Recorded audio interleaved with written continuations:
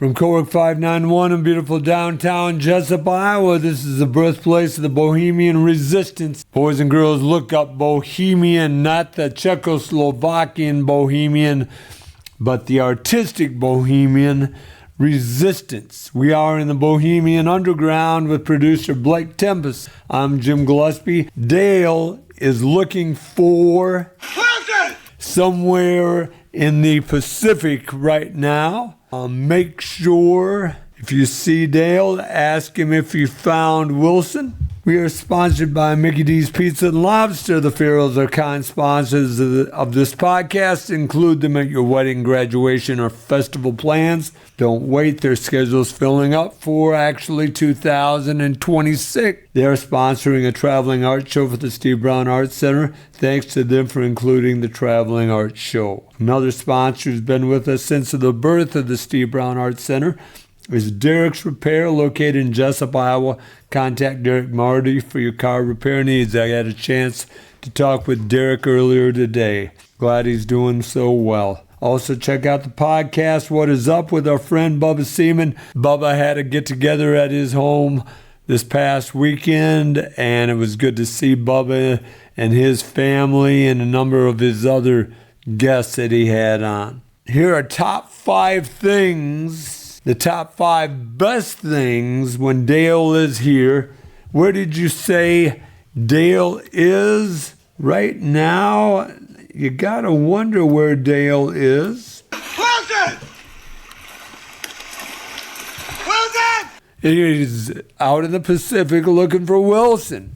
So ask Dale if you found Wilson. But here are the top 5 best things about Dale being with us when he's here. Number 5, we talk more baseball. Dale loves his baseball, and he's brought me back a lot to baseball as well. Number 4, oh, by the way, did you see that Lisa Bluter and Jan Jensen were involved in the Cubs games a couple days ago this week? Lisa Bluter led them in taking me out to the ball game, and Jan Jensen had a chance to throw out the first pitch. Number 4, we attack MAGA more. I'm sure that doesn't please all of you, but it pleases Dale. Number 3, we get more Jesup news when Dale is here. Number 2, there's a lot more hair that the hosts have than I presently have. And number 1, we laugh more when Dale's here. I miss that laughter. He brings such a great sense of humor. I've become, and I would argue, that the newest thing, rather than bars in our country, are coffee shops in our country. I've become sort of a coffee snob. I love coffee. The flavored coffee, the flavored drinks, the espressos.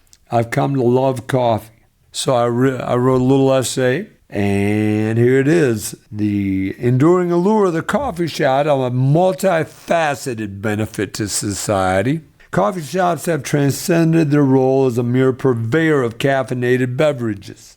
They have evolved into vibrant social hubs, economic contributors, and important third places that enrich communities and individual lives. This essay explores the diverse reasons why coffee shops are undeniably highlighting their impact on social interaction, local economies, creativity, productivity, and overall well-being. I met with his sponsor, Donnie Jacobson, today, actually, at Gedney's. Hey to Donnie. I know he's a good listener. The social heart of the neighborhood. At their core, coffee shops are gathering places. They offer a relaxed and inviting atmosphere that encourages social interaction, fostering a sense of community often lacking in our increasingly digital world. The aroma of freshly brewed coffee, comfortable seating, and ambient murmur of conversations create an environment conducive to catching up with friends, having casual meetings, or simply enjoying a moment of connection with fellow patrons. Family-owned coffee shops often excel in this regard, and with baristas remembering regulars and fostering a personalized experience. Recall that we've had a show from M's Coffee and is shown from Gedney's in Independence. 2. Fine coffee shops. Coffee shops should embody the concept of the third place, a term coined by sociologist Ray Oldenburg. These spaces, distinct from home and work, are crucial for a healthy society, providing a neutral ground for informal public life and promoting a sense of belonging. Coffee shops, with their long history of serving as intellectual and social exchange centers, naturally fulfill this role. The relaxed ambiance, inclusive environment, and focus on conversation make them ideal locations for people from different walks of life to interact and build relationships, fueling local economies and fostering sustainability. The economic benefits of coffee shops, particularly local ones, are sustainable. When consumers choose to frequent their neighborhood cafe, their money stays within the community, fostering a positive economic ripple effect. Local businesses are more likely to source their supplies locally, further supporting other small businesses and creating jobs. According to the National Coffee Association, the coffee industry generates over $80 billion in annual revenue and supports more than 1.7 million jobs in the United States alone. Coffee shops represent a significant portion of these sales, responsible for $32.9 billion annually. That's amazing. Furthermore, many coffee shops, especially independent and community-centric ones, prioritize sustainability and ethical practices. They often source their beans from fair trade and organic suppliers, use compostable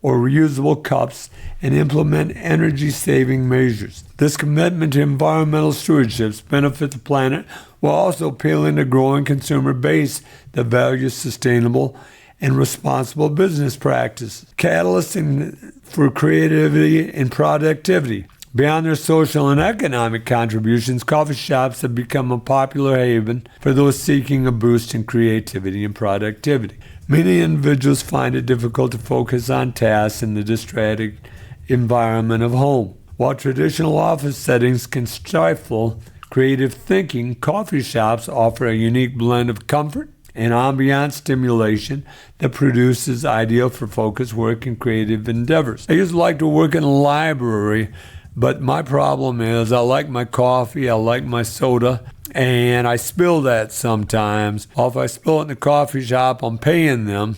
If I spill it in the library, I feel bad.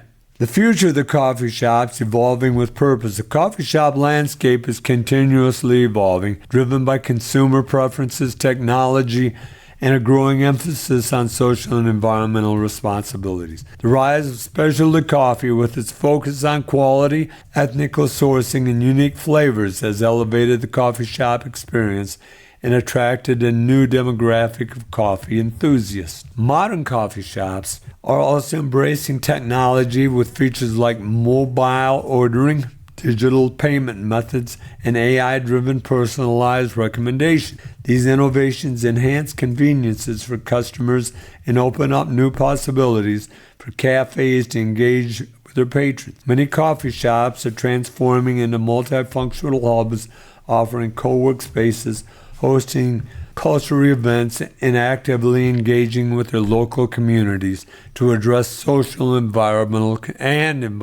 concerns. In conclusion, coffee shops are undeniably good for our society. They are much more than just places to grab a cup of coffee. They are a vital community hub, economic engine, haven for creativity and productivity, and evolving symbols for a special connection. As they continue to adapt to changing times and embrace innovation, coffee shops will undoubtedly remain an integral part of our fabric, fostering community, inspiring creativity, and enriching lives for generations to come. Make sure you get out and support the coffee shops that support the Steve Brown Art Center, Gedney's Coffee, and M's Coffee Shop over in Independence. This is Steve Brown Art Center Podcast Network. I have something rather unique. But first off, Blake, we're looking for Dale. We're looking for Dale. Where is he? Where is our friend Dale? Wilson!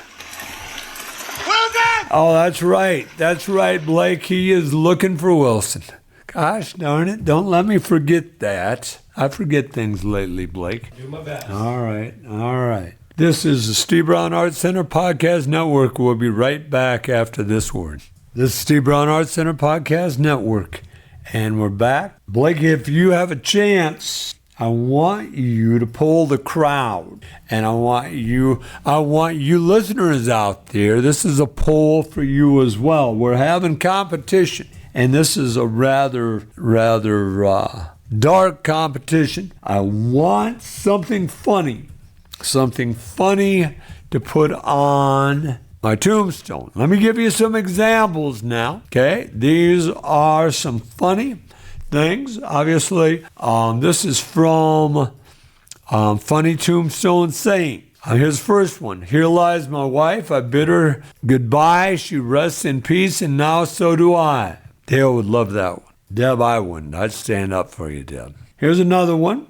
Game over. That's an interesting one. Here's another one somebody put on their tombstone. Steve Jobs. Fatal error occurred. I finally kicked the habit for good. Another one.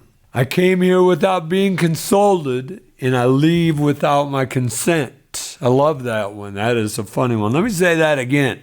I came here without being consulted, and I leave without my consent. Here's one. This fits our culture right now. Please deactivate my Facebook. I love that one. Here's one. Follow me at your own risk. Here's one. Faults I may have, being wrong is not one of them. That's a cool one. Here's one. Here lies good old Fred. A great big rock fell on his head. Here's one on Lawrence L. Cook Jr.'s tombstone. Ma loves Pa, Pa loves women. Ma caught Pa with two in swimming. Here lies Pa. This guy's name was Gil O'Teen. A tisket a tasket, his head was in the basket. That's a little frightening. Here's one. Trouble. 1956 to 1965. He was no trouble. I love that one. Here's one that was on this lady's tombstone. She was an asshole, but she was a funny asshole. That's a unique one. I don't know if I said that one or not, Blake. Shh, I didn't say that. Here's one. I have nothing further to say. Oh, I love this one. Reincarnating.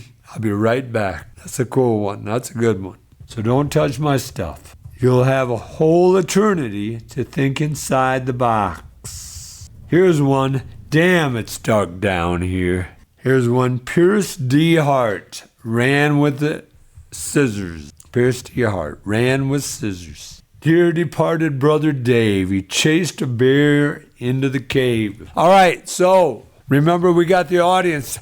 Blake, I think this is the largest crowd we have ever had watching us do the show tonight. If we get a chance, if we remember right, we may have to turn the camera on the crowd. We'll have to see if we have time, but I think they're down to the railroad tracks by now. It is such a crowd. This is the biggest crowd.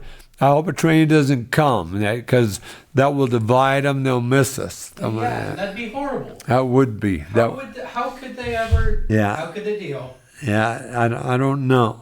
Here's one final one. You've heard the Queen song, Goodbye. This is on the tombstone. Na na na na na na na na. Hey, goodbye. That's a good one on a tombstone. Find me one, a good one. If yours is good, it will be on the air next week. That's your challenge. Get it on the air next week. Guys like Derek Marty, Donnie Jacobson, Paul Yeager, Katie Belvins. We're looking for a good one. This is Steve Brown Arts Center Podcast Network. And the last time I saw Dale, he was headed toward the Pacific. I yelled at him, Dale, where are you going? And he said, I'm looking for somebody. I said, who are you looking for, Dale? Who is this Wilson? Dale, I said. Dale said he was headed for the Pacific looking for Wilson. So we shall see next week. We have a special guest next week, actually. Brian Borland who wrote Maynard 8 Mile, and he'll be on with us. More on that later. The next thing I'd like to talk about is this week's 5 givers to Jesup. We have there's hundreds of people that give in Jesup. Jesup is a giving community. This week's top 5 givers to Jesup. Number 5, Becky Wirspan from the JPL. Number 4, our own Dale Reber, who is out searching for Wilson right now. Number 3, Zach Knudsen, who finished second in the Club Open golf tournament. Congratulations, Zach. Mr. Markey beat you in the playoff. Number 2, James Masteller, the brother of board member Kara Bednow. And number 1, Mayor Chris Even. Chris does just so much for our community and does not stir it up. He is a bedrock of our community. So, number 5, Becky Wirspan. Number 4, Dale Reber. Number 3, Zach Knudsen. Number 2, James Masteller. And number 1, Chris Even. Congratulations, this week's 5 givers to Jesup. Here is a little bit of the fabric of the community exploring the exceptional character of Jesup, Iowa. Actually, Jesup has great character. It is it is my home for the first 20 years of my life. Cresco was my home, and the last 44 years of my life, Jesup has been my home. So Jesup, Iowa is a city in Buchanan County, embodies the quintessential small-town charm and spirit. While statistics offer a glimpse into the demographics of this community of around 2,500 residents, the true essence of what makes the people of Jesup so exceptional lies in the intangible qualities that nurture a vibrant, supportive, and flourishing environment, from a steadfast commitment to growth and progress to a deep-rooted sense of civic duty and community. The people of Jesup collectively embody a spirit of neighborliness, resilience, and a dedication to improving the lives of those around them. One key aspect that distinguishes Jesup residents is their proactive approach to creating a high quality of life within the community. According to the Jesup community webpage, Jesup focuses on growth and positive change while maintaining its small-town charm and values. This is reflective in the city's continuous development initiatives, including various housing options and expanding recreational facilities like parks, a golf course, and sports complexes. This active investment in infrastructure and amenities demonstrate a shared commitment to building a community that caters to the needs of all age groups and encourages participation in a diverse range of activities. Beyond physical development, Jesup residents actively cultivate a strong sense of community and civic engagement. The Jesup Community School District's mission statement emphasizes a developing well-rounded, productive, responsible, caring citizen who are lifelong learners, build upon values like integrity, honesty, responsibility, perseverance, citizenship, respect, and cooperation. This focus on character development within the educational system lays the groundwork for a community where these values are championed. Further events like the annual Jesup Citywide Cleanup Day and Jesup Farmers Day highlights the shared responsibility of the residents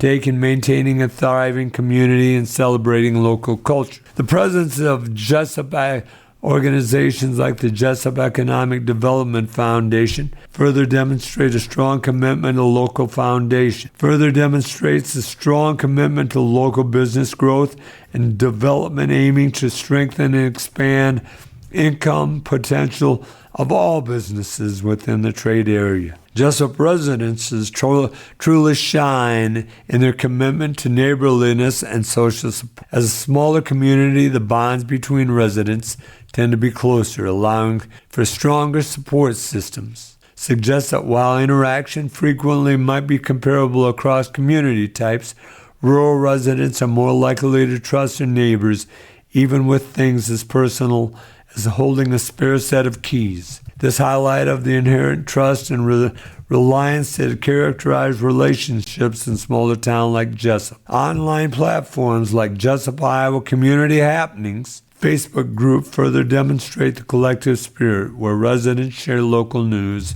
support businesses, offer help, and foster connections among one another. Despite holding on to their cherished values and charm of the small town, Jesup residents are not averse to progress.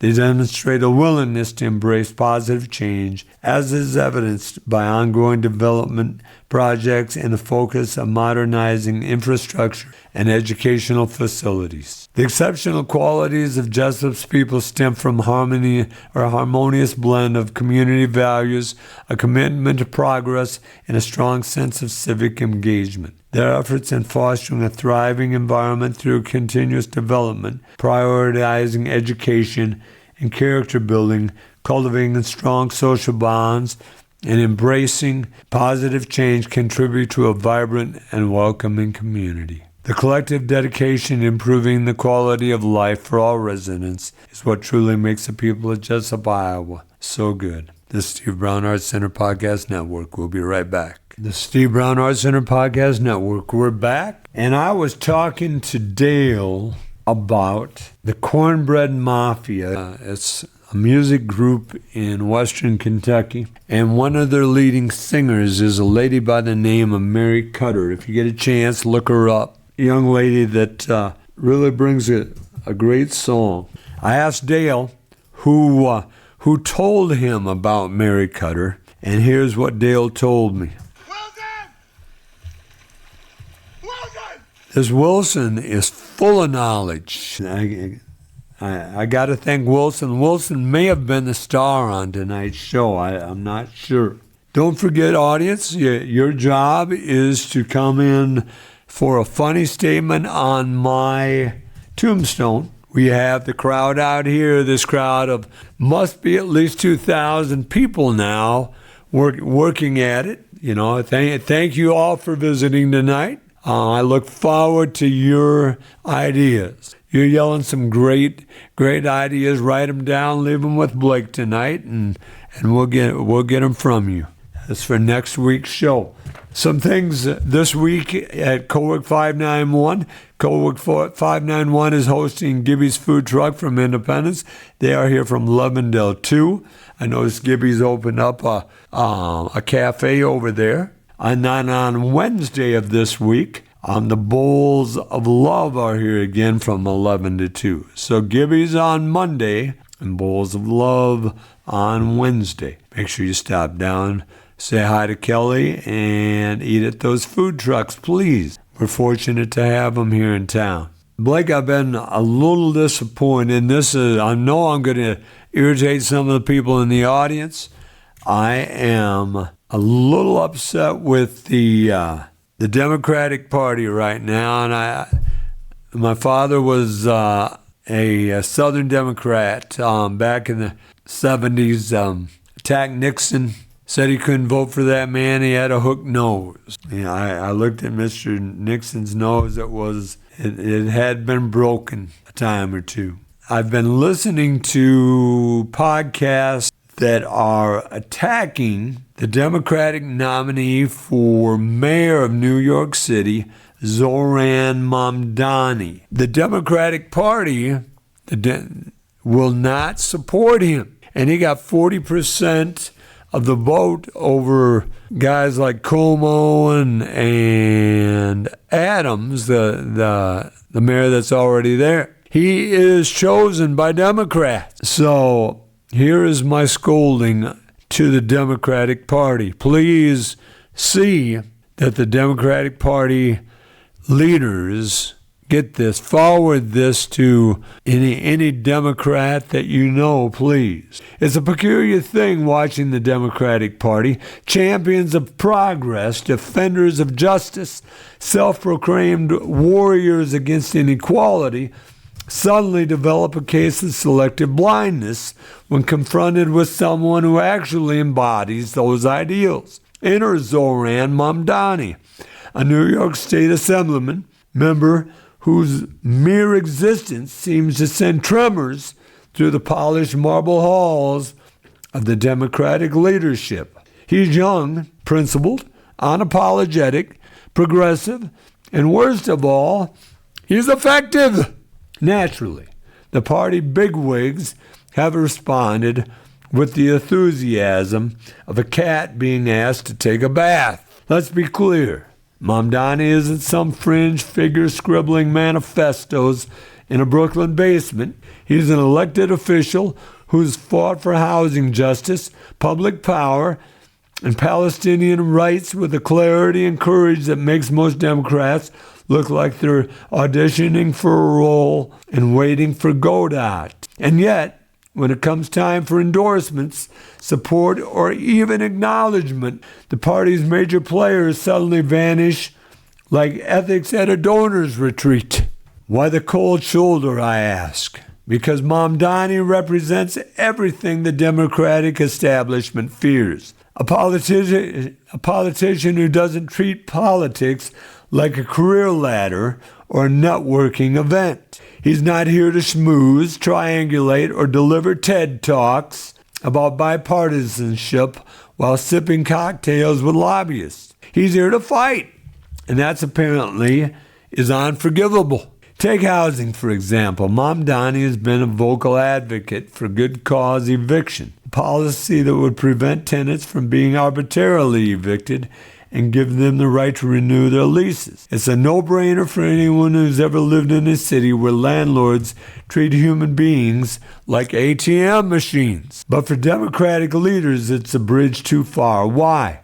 Because supporting such a legislation might upset their real estate donors. And we can't have that, not when there are fundraisers to attend and platitudes to tweet. Then there's Mamdani's stance on Palestine, and a party that treats the word ceasefire like it's radioactive. Mamdani's has dared to speak out against the violence and injustice faced by the Palestinians. He's called for accountability, for human rights, for basic decency, and for that he's been treated like a political leper. The silence from Democratic heavyweights has been deafening, proof that moral courage is still considered a liability in Washington. But perhaps the most galling of aspects of this whole charade is the way Democratic leaders pretend not to notice Mamdani's popularity. He's not just a niche figure with a cult following. He's part of a growing movement of young, diverse, and deeply engaged voters who are tired of the party's empty gestures and corporate compromises. Ignoring him isn't just cowardly, it's political suicide.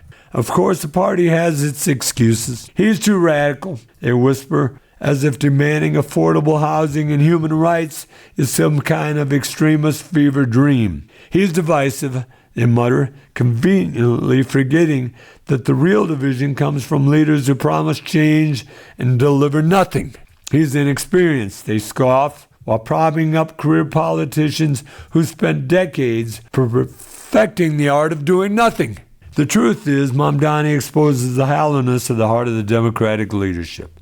He reminds us that politics doesn't have to be a performance, that principles don't have to be sacrificed at the altar of electability, and that courage isn't just a word that you use in campaign ads. He's a mirror, doesn't like what it sees. So instead of embracing him, they sideline him.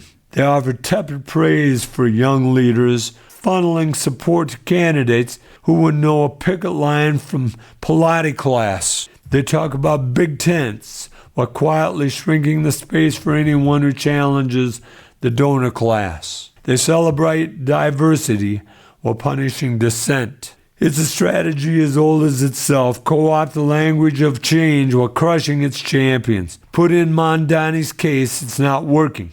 He's too principled, too persistent, and too plugged into the grassroots to be erased. And every time the party snubs him, they reveal their own bankruptcy. Not just courage, but of imagination. Because here's the thing, Mamdani isn't the problem. He's the solution to a party that's lost its way.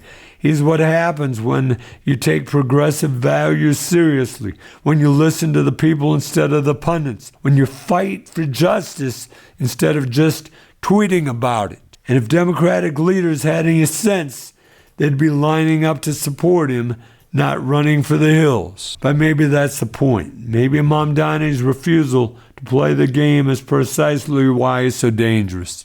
He doesn't just challenge the party's policies, he challenges its priorities, its loyalties, its soul, and its system. Built on compromise and calculation, the kind of clarity is revolutionary. So let the party's leaders clutch their pearls and issue a vague statement about unity. Let them pretend that Mamdani is just a blip on the radar, because the truth is, he's a storm. And the longer they ignore him, the harder it's going to hit. This man's going to win the election for mayor of New York City. And the Democrats are going to have hell to pay for it. The Steve Brown Arts Center Podcast Network. Don't forget, in August, the Steve Brown Arts Center has Elsie and Pat McIntosh displaying their art over in M's Coffee Shop in Independence. Don't forget, we had an artist collaboration this past Monday at Gedney's Coffee Shop. Don't forget, we have our 24-hour Mustang camera sponsored by Joe's Pizza in Independence. You get a chance, check that out.